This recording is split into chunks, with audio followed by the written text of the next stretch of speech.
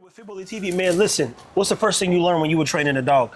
Dude said he wants to become a better dog trainer, and we're going to have Better Best Dog Jumper here as well. But what's the first thing that you learned and what's the first thing someone taught you, and what's the first thing you learned the hard way? You better bring value to that dog.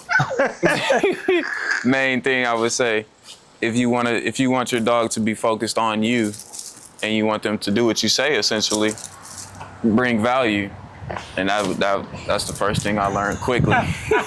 And what was the thing that you didn't have that was of value, or that you were like, damn, this dog ain't listening, what do I do?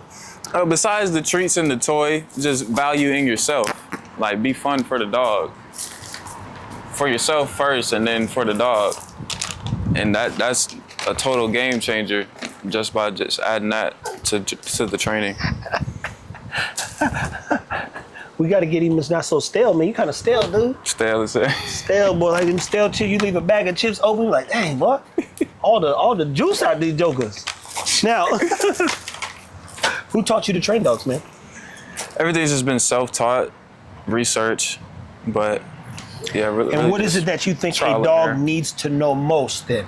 So somebody brings you a dog, never had any training. What is it that you're teaching the dog or the human to make sure that the human and dog have a good relationship, be it you're now, training dogs?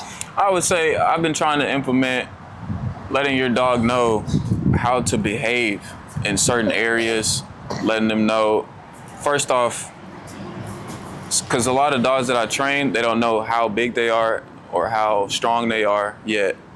So getting them to learn that, and then how to properly conduct themselves in the area that you're in. So I've been using that to implement in my training, but that's about it. So let's see. We're gonna put him to the test, see if he can train Eagle real quick. Let's see, man. He know a couple tricks, man. You can crack some of those in half. Okay. Hey, sit. Down. We cut him off. That's good. Good boys. Want some more? Want some more? Wait.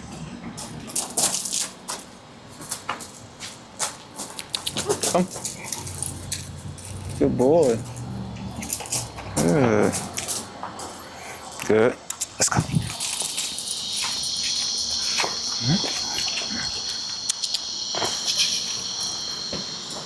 Come on.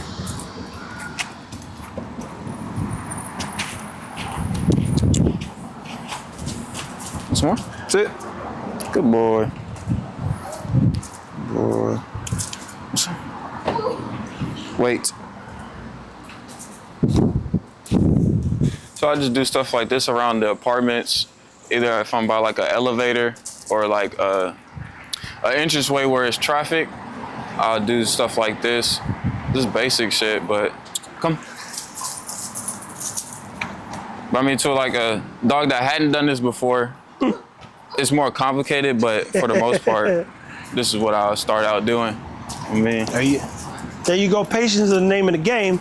Now, Jamarcus can ask you a few things, and then we'll talk to him a little bit about what he's. Damn, now we need 3. Yeah, I know, right? Can you go ahead and grab the mic, man? I'll grab the camera. Up. There's gotta be way more value to that treat for him to go up. Yeah. Up.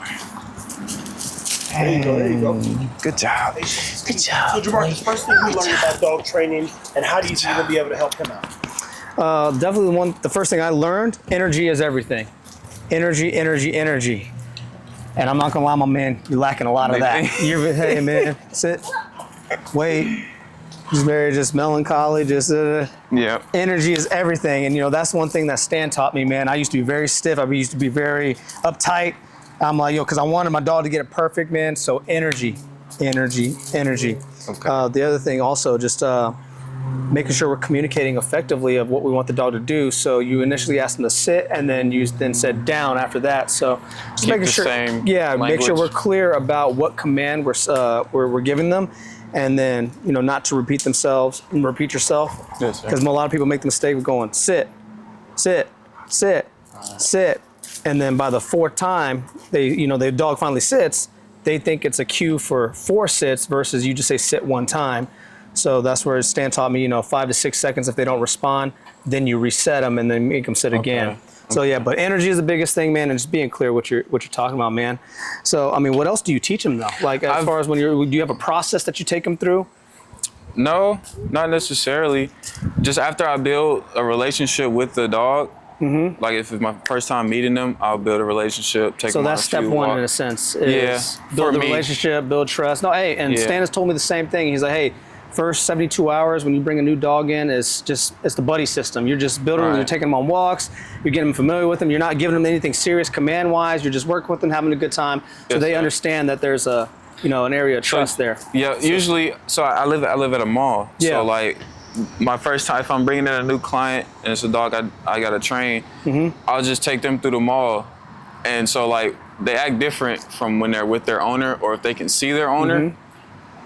And then it's just me and the dog. Yeah. So when it's just me and the dog, I'll build that trust. I'll take them in public, walk them, see how they operate, and then I'll start doing I'll start adding commands to what I want them to do, basically. Gotcha. And then after that, then what is your next step? Right now, I haven't had to continue that. Yeah. So. Yeah, no, the other big thing that, I've learned, and, it's a big misconception, is like you're not training the dog necessarily, you're training the person. Yes, sir. The handler, per se. So that was the things I've had to work on personally from Stan teaching me, is I have to better my energy, I have to better myself. So what these dogs do genuinely force you to get better. So I would just say, that next step would be okay, now let's communicate, make sure we bridge that gap between dog and handler, and making sure that they're both on the same page, because they'll get the dog back and be like, oh, and they'll start going through what they normally go through. Oh, sit, versus you just got to say it one time and wait and be patient. And then just like you did, take that step forward to get them to do the sit, right? So all those little things, man. Is there anything fun or cool that you like to teach the dogs? I've been I've got a couple of them to do. I've only gotten my Belgian Malinois to do it. Yeah. But to jump off the wall. Okay. Do you think you probably show him how to do that? Ooh, I don't know if I could. Just bouncing off the wall. Yeah. Oh, no, man. Tron probably would, though. Or Cha-Cha would. Yeah, she would. Yeah. Well, look, as you said before, you can close this one out. Yeah. You got the mic on. I'm right here. Go ahead. We're going to try our best to help this young man out. He's got a... foundationally, energy is good as a human being, and that's what's important to me. Yeah. And then from there, you can build around that. So you can bring the enthusiasm. You can teach him. You can access more dogs, more eyeballs. Clearly, he's got enough confidence to walk and do everything. And once he got ego engaged, I can see that it will work. So stay tuned, people. Keep taking care of your dogs. Thank you for showing up. Most importantly, for yourself. Yes, sir. And until next time, people.